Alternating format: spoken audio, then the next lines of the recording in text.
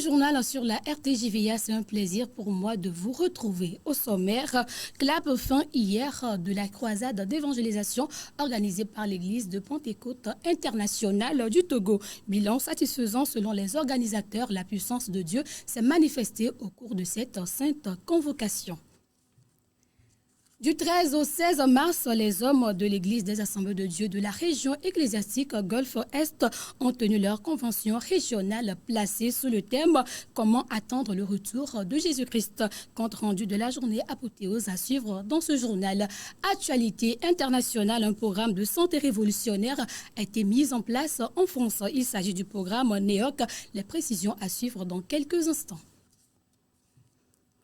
Commencé le mercredi 12 mars, le rideau est tombé hier sur la croisade d'évangélisation Togo pour Christ qui s'est déroulée sur le terrain de Tokoin Foreva. Des guérisons et miracles se sont opérés et plusieurs âmes se sont converties. Marie-Louise Amouzou.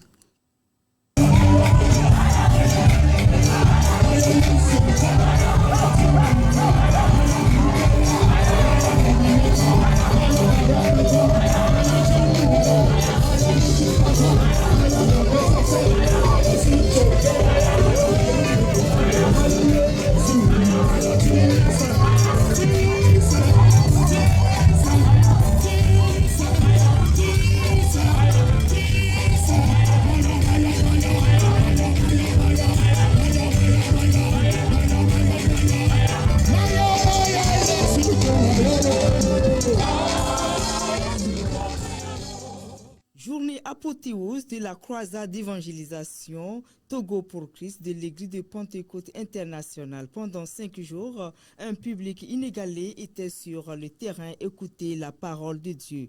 Les organisateurs étaient venus publier haut le flambeau de Jésus-Christ afin d'amener plusieurs âmes à Christ. À cette clôture de la croisade, l'orateur principal nous livre ses impressions. Midi nuit na Togo du corps. Mais global.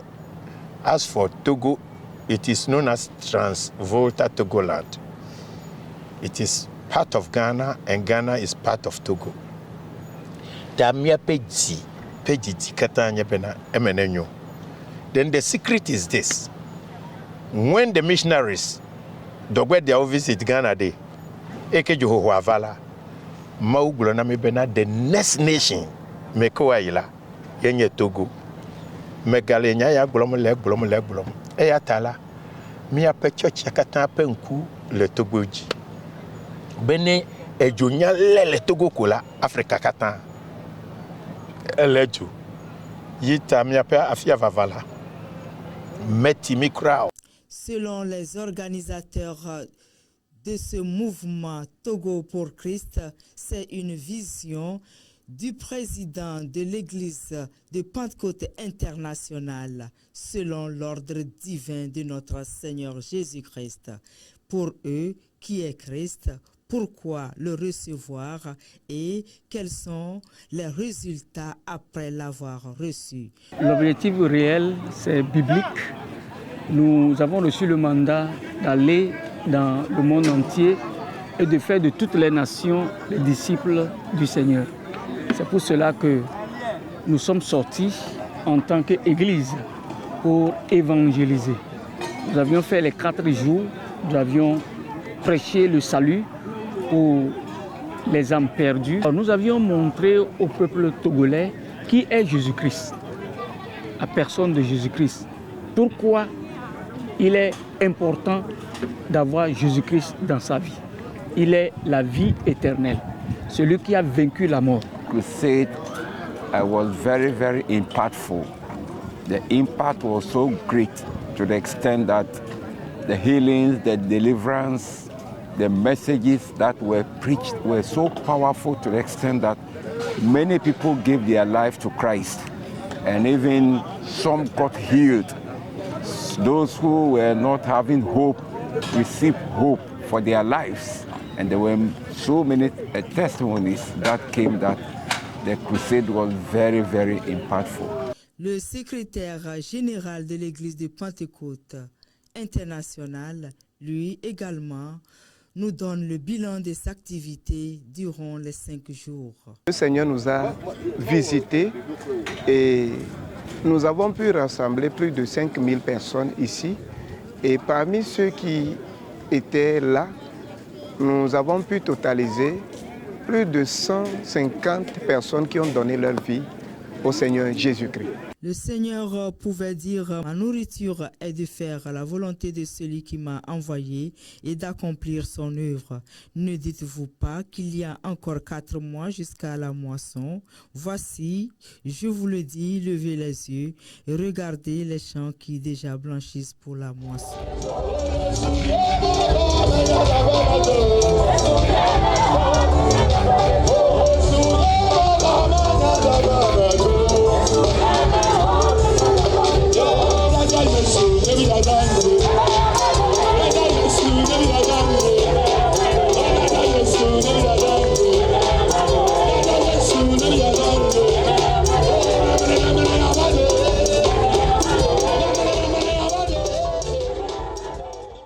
Convention régionale des hommes, les hommes de l'Église des Assemblées de Dieu de la région ecclésiastique Golfe-Est se sont rassemblés du 13 au 16 mars dans le cadre de leur convention. 2 sites ont abrité l'événement. Il s'agit du site d'Aveposo et de Lomé 2. À la journée apothéose à Aveposo, les hommes ont été exhortés à mettre ensemble le spirituel et le social. Flora Azaleka. Tout chef de maison, dans ces derniers jours, donne des recommandations à sa maison afin d'assurer la relève. Jésus, un modèle incontournable du bon samaritain, recommanda à son église avant sa montée vers le Père d'abonder dans les bonnes œuvres. Les hommes du site de l'église des Assemblées de Dieu d'Aveposo Centre, venus de 4 zones, à savoir les zones 4, 8, 9 et 10, lors de cette convention portant le thème « Comment attendre le retour de notre Seigneur Jésus-Christ », ont été vivement encouragés selon Matthieu 24, le verset 13, et Matthieu 24, verset 42 à 44, à emboîter les pas de Jésus, lui qui guérissait, délivrait et pourvoyait à la fois du pain, du poisson et du vin à ses suiveurs. Particulièrement ce matin, nous avons eu à lancer 6 appels, c'est-à-dire que le Seigneur a dit « J'avais faim, vous m'avez donné à manger ». On les a exhortés à se regrouper en association pour mettre une ONG qui va s'occuper effectivement de quelquefois nos fidèles qui viennent des campagnes, des villages, qui sont affamés, qui n'ont pas d'abri, et que nous n'allons pas toujours attendre cela de l'extérieur. Et on les a aussi encouragés à se regrouper en association eau potable, parce qu'actuellement, les anciens puits que des gens tels que les tiers-fonds avaient creusés sont maintenant sans eau, et nous devons prendre la relève. On les a encouragés aussi à se regrouper en association pour pouvoir monter par exemple une association vêtements pour les vêtir, pour vêtir ceux qui sont sans vêtements. C'est vrai, il y a l'ODOS qui fait ça, mais nous voulons que le travail soit fait au niveau local afin que nous puissions être vraiment à l'œuvre en attendant que le Seigneur vienne nous dire « Bon et fidèle serviteur, entre dans le repos de ton maître ». À son épilogue dimanche dernier, plus de 200 hommes ont pris part au culte qui s'est achevé avec un bilan positif. Au cours de la semaine, nous avons vu beaucoup de pasteurs qui étaient présents, qui étaient à nos côtés, et ça nous a donné un grand soutien. Pour ce qui concerne le camp, la convention, nous avons vu que les hommes étaient sortis. Le thème interpelle chaque chrétien à pouvoir se préparer pour le retour de Christ. Et si nous voulons nous préparer pour le retour de Christ, nous devons vraiment nous donner. Si nous nous réclamons que nous sommes de Christ, nous nous réclamons de Christ, il faut que nous soyons fidèles. Nous remercions le Seigneur pour tout cela. Il y a plus de 2000 ans que Jésus est monté au ciel. Même s'il tarde, préparons ce retour car c'est une prophétie dont le temps est déjà fixé et qui court vers son accomplissement. Sur le site de Lomé 2, les hommes ont également répondu au rendez-vous. L'orateur a rappelé la nécessité pour chaque chrétien d'attendre le retour du Christ et comment le faire. La fin de toute chose vaut mieux que son commencement, dit-on. Les hommes de la région ecclésiastique Golfe-Est, rassemblés à l'église des aides de Lomé 2, ont ce jour apothéose de leur convention apporté leur action de grâce à l'alpha et l'oméga.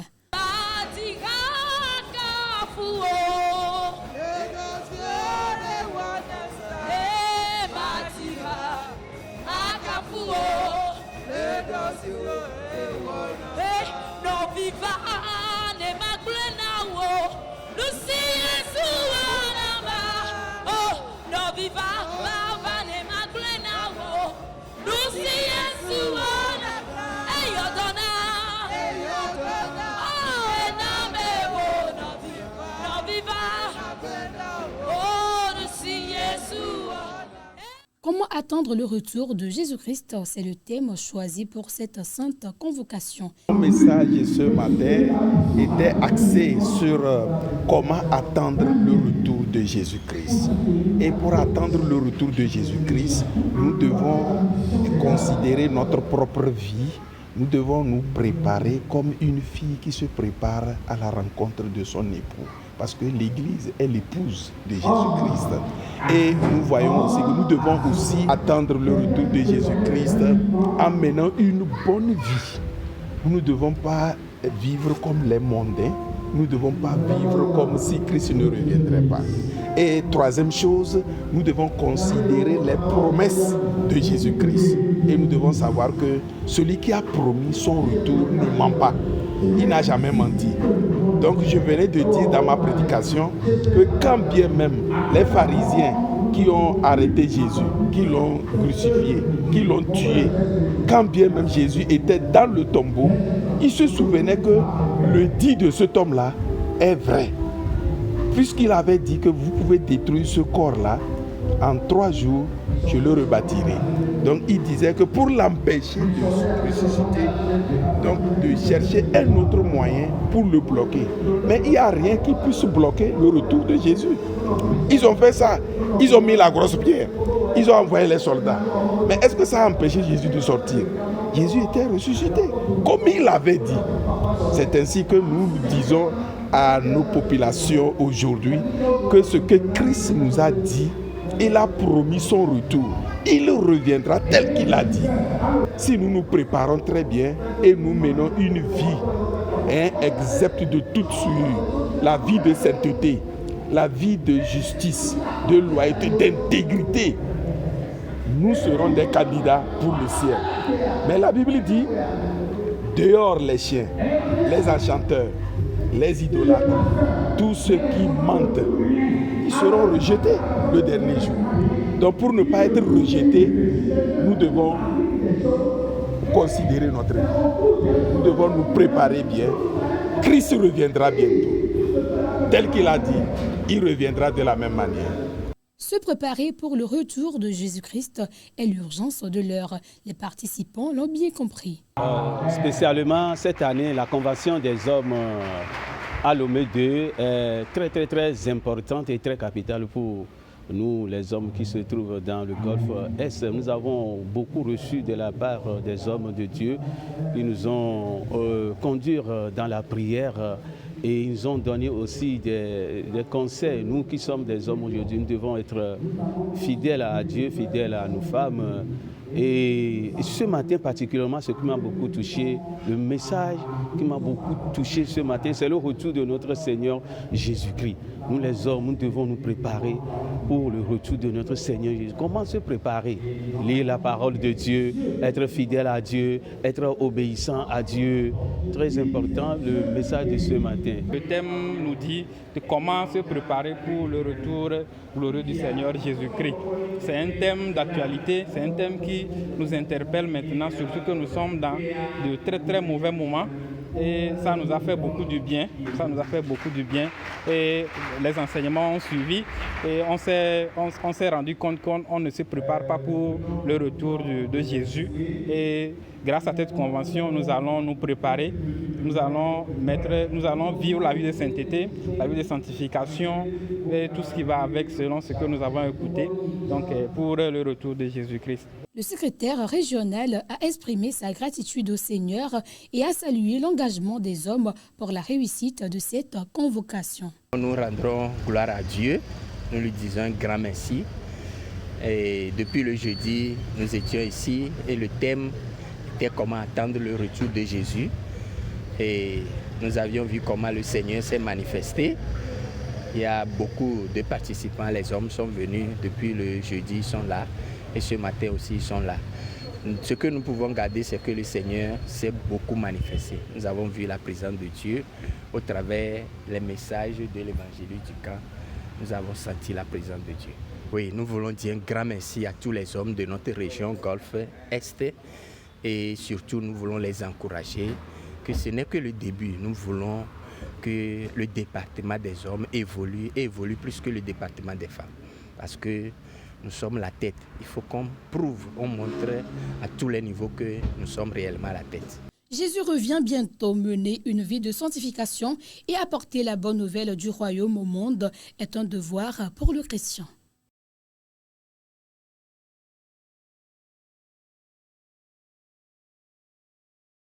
Un institut de formation en alternance pour le développement IFAD spécialisé en aquaculture sera construit dans les prochains jours à Agomé-Glouzo dans la préfecture du Bas-Mono. La semaine dernière, la population d'Agomé-Glouzo a officiellement remis un terrain de 37 hectares au premier responsable de l'agence Éducation Développement pour la construction de cette infrastructure. Ce 6e IFAD est une véritable aubaine pour les jeunes et adultes assoiffés d'une formation de qualité dans le domaine de l'aquaculture. Célébration dominicale, les fidèles de l'église des Adés de Togomé se sont encore réunis ce dimanche pour le culte dominical. Le berger, dans son message, a rappelé que la vie chrétienne est un chemin de sacrifice et de dévotion. Élodie Yentabré. L'église des Assemblées de Dieu de Togomé a réuni ses fidèles ce dimanche pour le culte dominical sous le thème inspirant « La volonté à l'acte ». Le berger a rappelé que la vie chrétienne est un chemin de sacrifice et de dévotion. Aujourd'hui, j'ai été concentré sur de la volonté à l'acte. Et puis, j'ai sous-entendu le sacrifice. Parce que, à vrai dire, la vie chrétienne est une vie de sacrifice en tout. Quand on mesure tout ce qu'on a à faire, quand on voit, par exemple, la rivalité entre la chair et l'esprit et tout ça là, il faut faire un sacrifice pour pouvoir être conforme à la volonté de Dieu, puisque nous sommes chair et sang.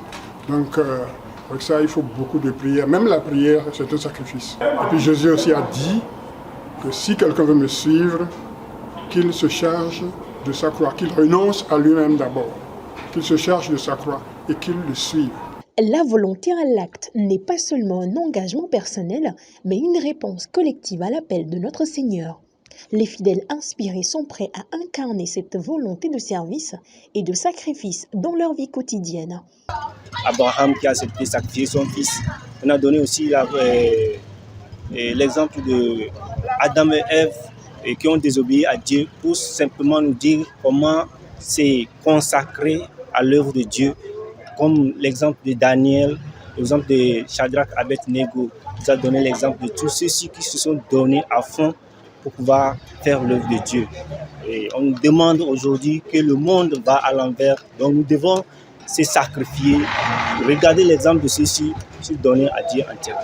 Ce message que nous avions compris aujourd'hui nous pousse à réfléchir au fond de nous, comprendre combien de fois nous avons négligé l'œuvre de Dieu et réfléchir comment nous devons faire l'introspection pour pouvoir se consacrer à l'œuvre de Dieu dans notre vie, pour notre bien-être.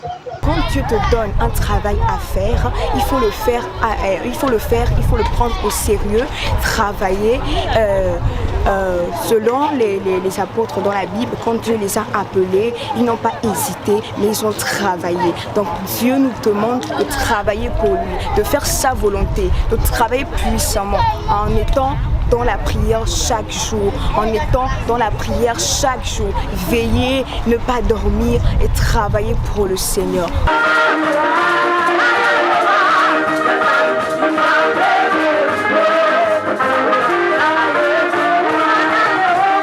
Actualité internationale en France, le programme NEOC voit le jour. Il s'agit d'un projet de check-up en ligne personnalisé pour dépister 14 types de cancers dans leur stade naissant. Le professeur Joseph, oncologue et cofondateur des NEOC, nous donne plus de précisions dans son passage sur le plateau JT de TV5 Monde.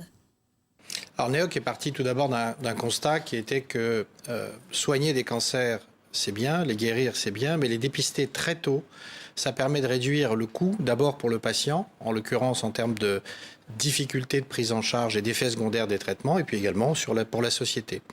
Et donc, avec 3 de mes collègues médecins sur APHP Sorbonne Université, et puis le soutien de jeunes ingénieurs, on a réfléchi à établir un programme qui se décline de 2 façons successives. Une première qui consiste à remplir sur une plateforme qui est neoc.fr un questionnaire et qui va avoir pour objectif d'évaluer assez rapidement et de façon idéalement la plus précise possible les facteurs de risque des patients, et dans un deuxième temps de proposer à ces personnes, qui ne sont pas encore d'ailleurs des patients, qui sont des citoyens comme tout le monde, des examens particuliers, en l'occurrence un test sanguin qui comporte plusieurs marqueurs biologiques et qui a pour objectif d'avoir une idée plus précise sur l'existence ou non potentiellement déjà d'éléments évoquant la présence d'un petit cancer dans l'organisme. Le questionnaire a 2 missions. D'une part, orienter vers ces examens-là, bien évidemment, cette prise de sang, mais également de pouvoir soutenir les démarches de santé publique déjà engagées sur le plan national,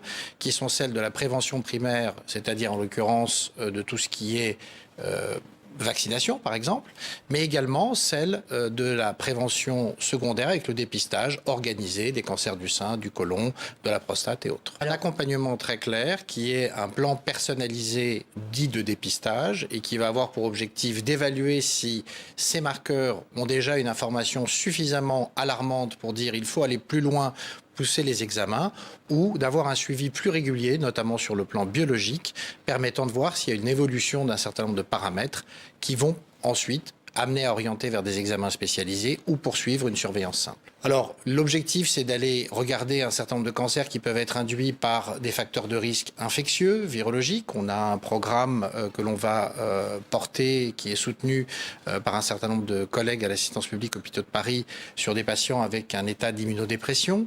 On va également aller sur des cancers plus rares, comme les cancers du pancréas, mais qui n'ont pas aujourd'hui de campagne de dépistage de façon particulière, aller chercher un certain nombre de marqueurs. D'autres types de cancers qui sont moins fréquents que les 4 grands classiques qui sont le cancer du sein, de la prostate, du poumon et les cancers colorectaux. Et c'est ces marqueurs qui vont évoluer au cours du temps, car l'état de la science, elle est aujourd'hui ce qu'elle est, mais dans 1 an, 2 ans, 3 ans, on nous permettra d'intégrer de nouveaux traceurs et de nouveaux marqueurs.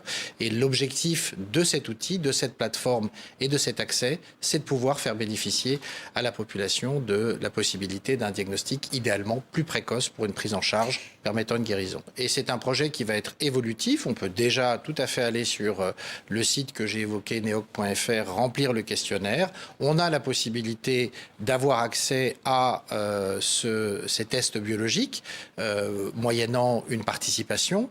Aux frais de la personne, puisque aujourd'hui, ce n'est pas quelque chose qui est pris en charge par la sécurité sociale. Mais l'objectif, encore une fois, c'est de pouvoir offrir un moyen d'accompagnement vers cette prévention primaire et secondaire. Et c'est la fin de ce journal. Merci à toute l'équipe qui l'a préparé. Excellente suite de nos programmes. À la prochaine.